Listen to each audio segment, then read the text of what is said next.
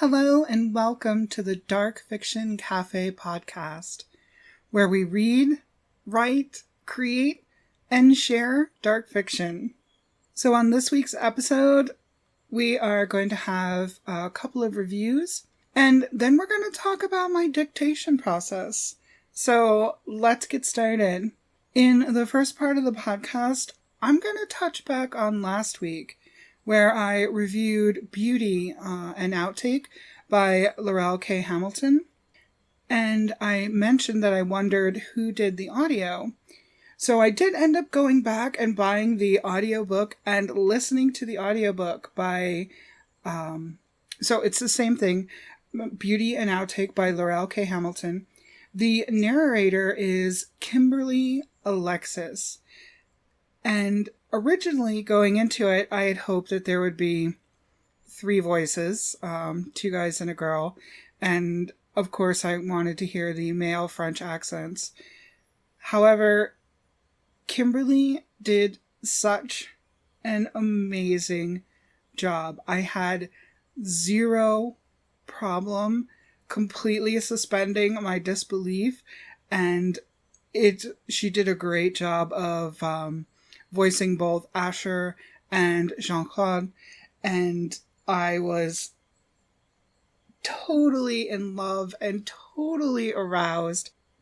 I mean, I guess it helps that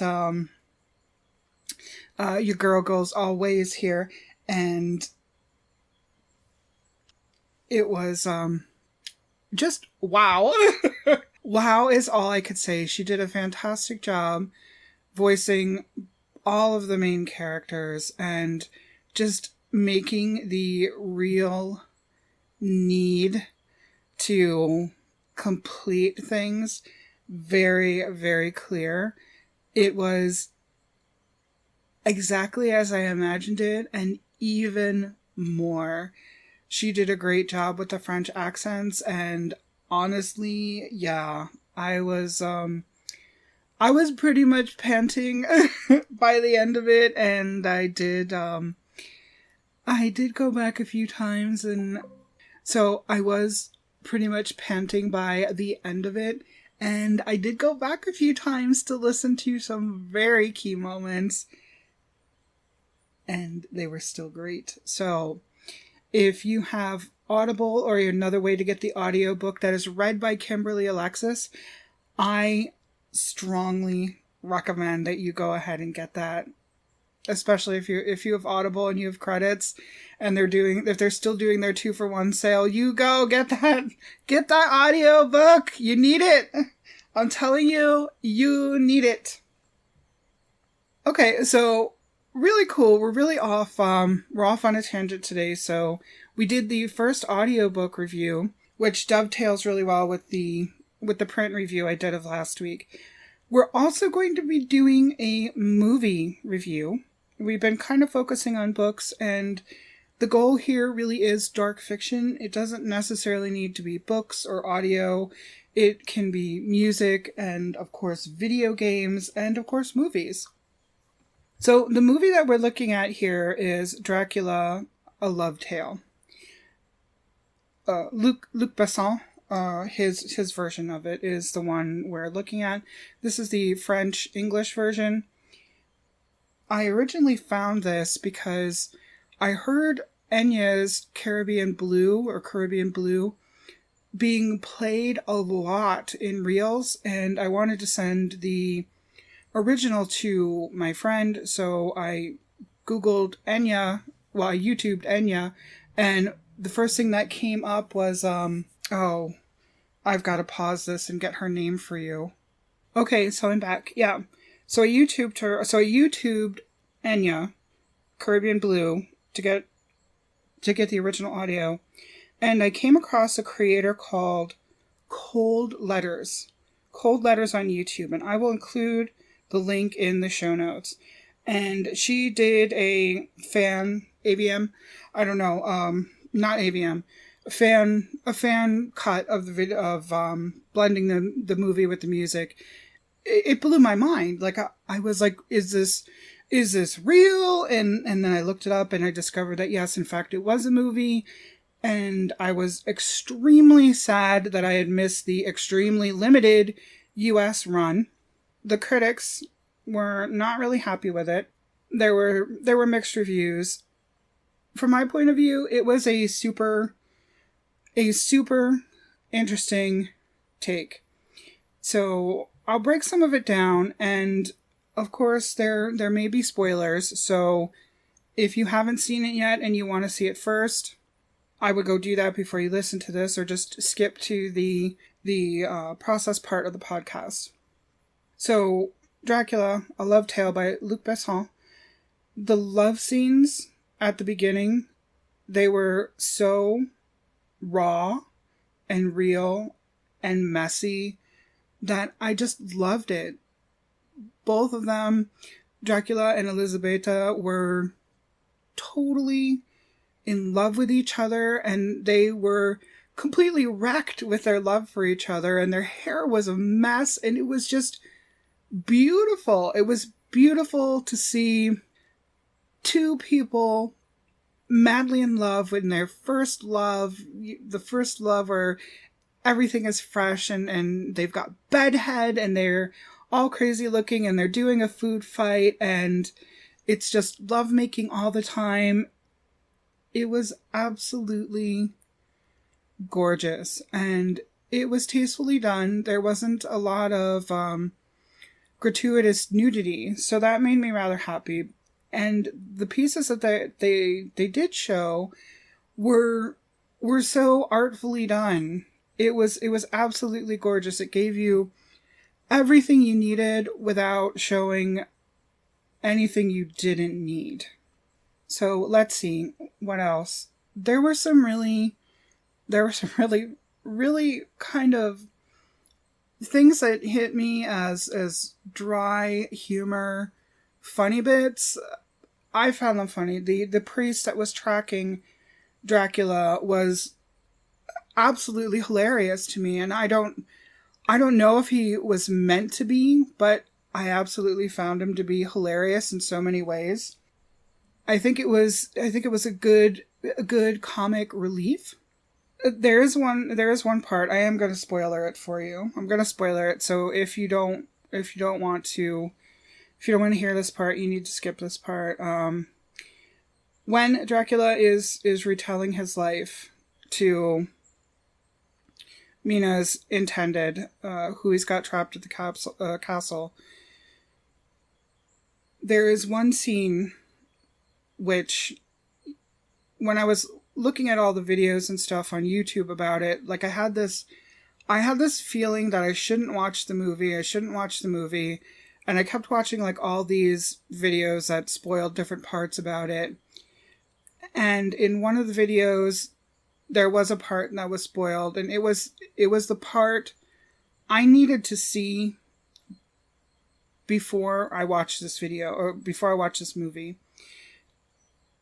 There's a part in there where Dracula loves, this is after Mina has died, it's been years, he loses it. He completely loses it, and he digs her up.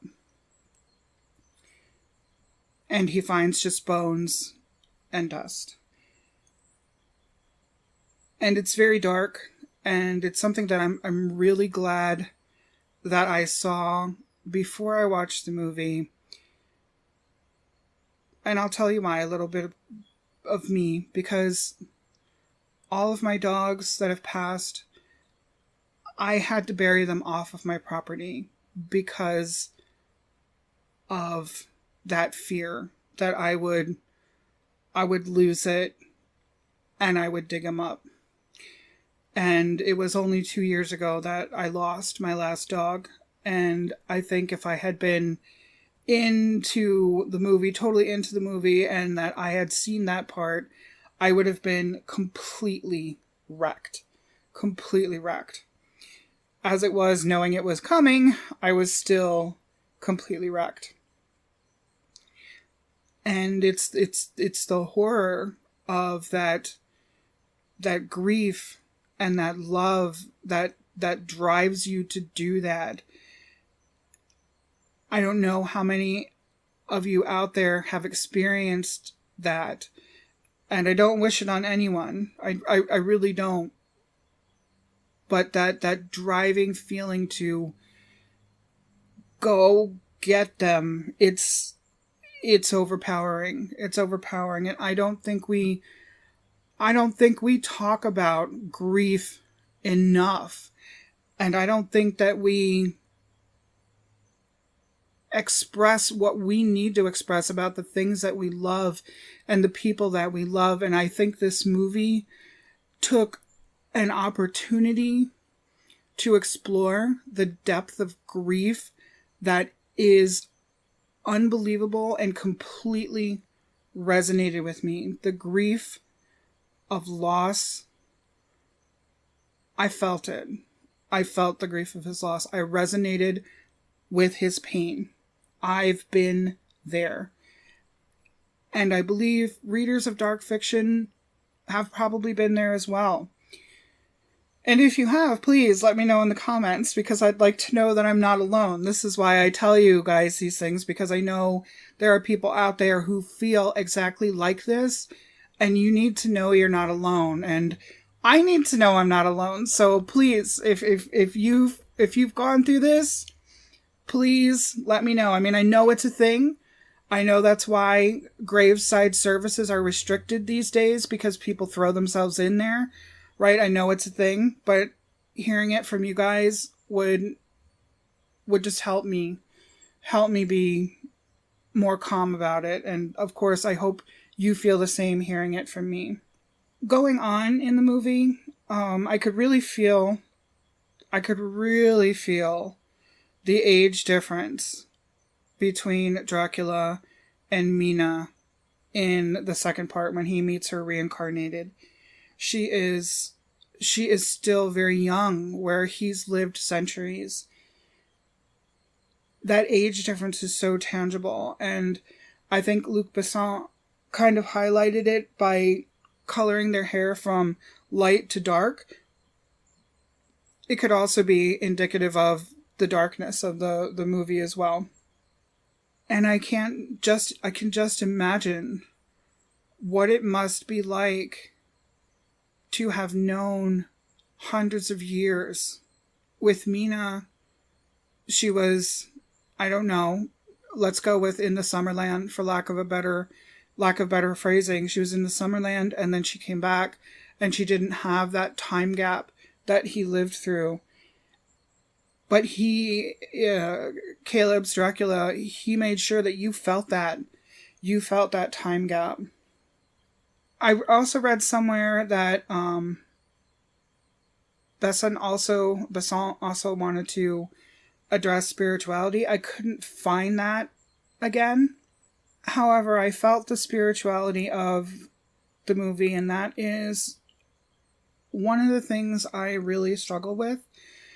I was raised Catholic. I'm pagan now. I still go to Catholic events because it's very important to my family. In the beginning, it really highlighted the disparity of the church then and now. And when I say the church, I don't mean the Catholic Church, because back in the time in this movie, because it's not, it is a derivative work from the original. The renouncing God did not happen in the original Dracula story, as written by Bram Stoker.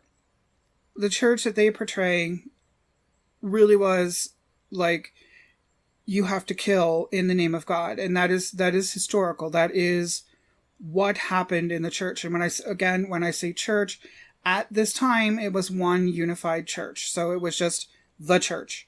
It wasn't Catholic, it wasn't Orthodox. I mean, I'm not a religion teacher, but it was before the splits happened. So, yes, Dracula was killing in the name of God. And that was the way it used to be. And now we have a more accurate version, I would say, in the church to some extent. And when I'm saying the church, I'm meaning I'm leaning towards Catholic because that's what I know, that God is love, right? God is love. So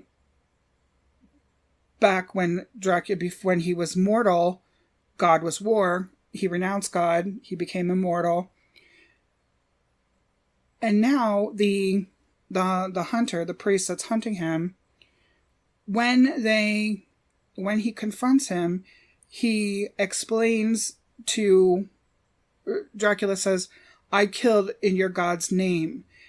And the modern priest was like, that's not what God is about. God is about love.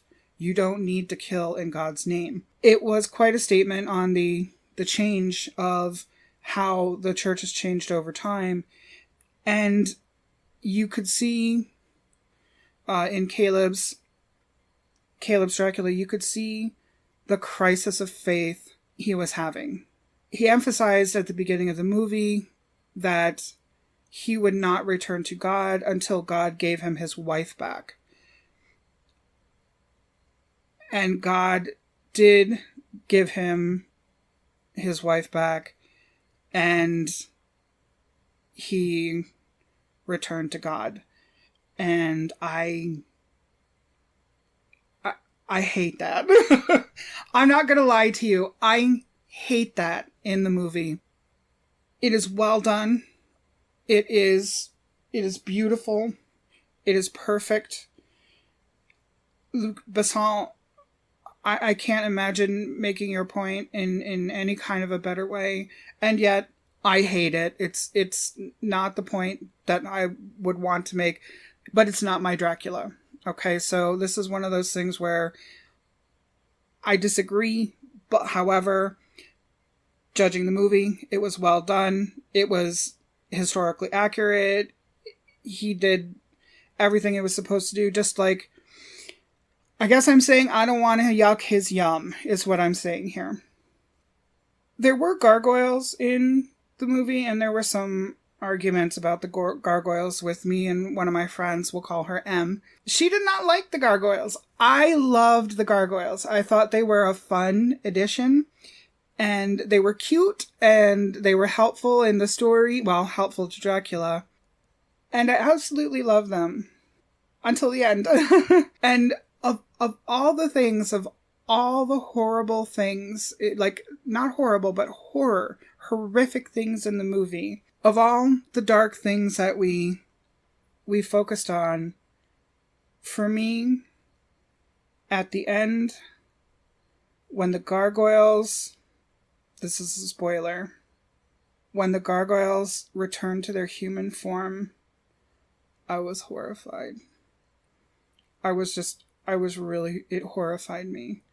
It horrified me that they had been actually people that had been changed into gargoyles, and that they just walked out alive.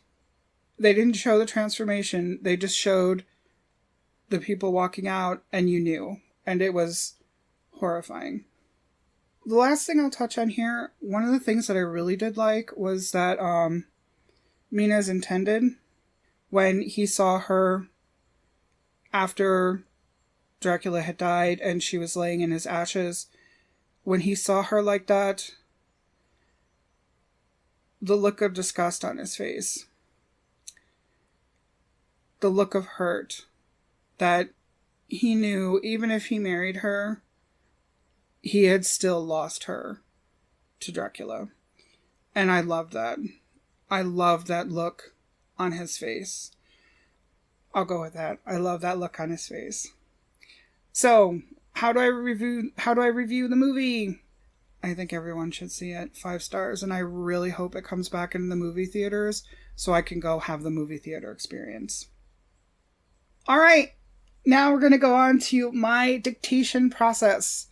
So I'm going to talk about 2 types of dictation process here that I do. I was talking to one of my English as a foreign language students about my morning pages style dictation process.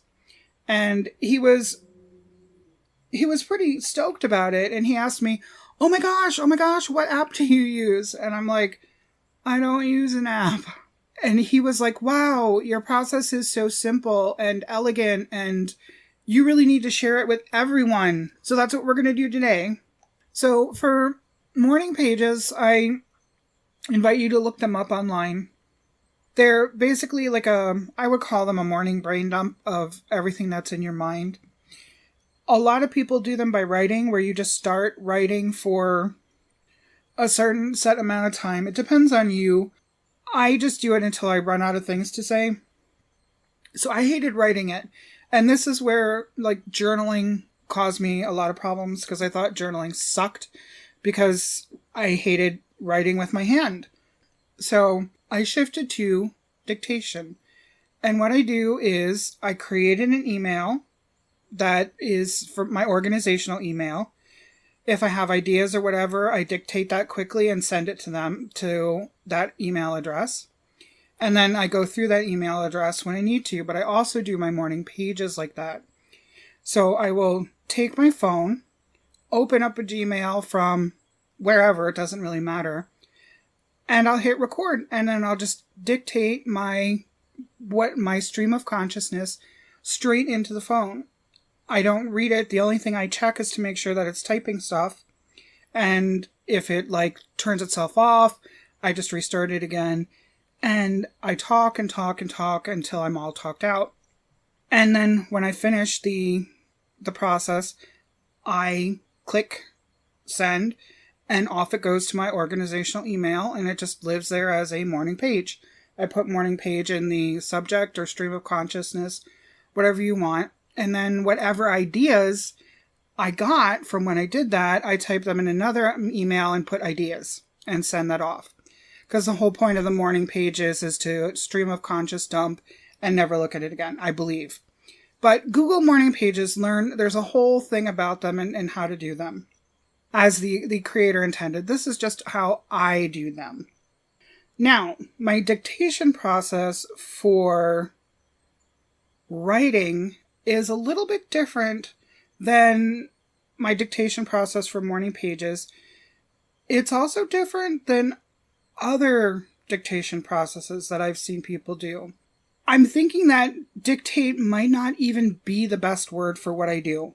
Because I've worked so much in the ASMR space, what I do is just record audio. I record audio. I talk and talk and talk. So it's easy for me to just record. And that is essentially how I create my writing. I released a chapter of an erotica, and that one was done all by audio. Like I had the idea in my mind, and then I told the story into the microphone, just like I'm talking to you here. Started at the beginning of the chapter, described everything that I wanted to describe, all the way to the end of the chapter. I did that. I recorded that in Audacity. You can do that on voice recorders, I'm sure. I'm always working with my laptop because of the ASMR work that I do, so recording it into Audacity works really well for me. You could record it on Zoom. If you have Zoom, you get 40 minutes of free Zoom. You could just record the meeting and tell it to record audio only, and then send yourself the audio. And then what I do is I take that audio and I put it into Clipchamp. I create a video, drop the audio into Clipchamp. I click on the captions, and I have the AI do the captions. So it does an entire transcript. It takes every word that I say, and then it writes every word that I say. So it is just transcribing it. That's all it does. You can also do this on a YouTube channel. You can upload it as a video, which is like, if you're going to upload it as a video, you might as well use Clipchamp and do it that way.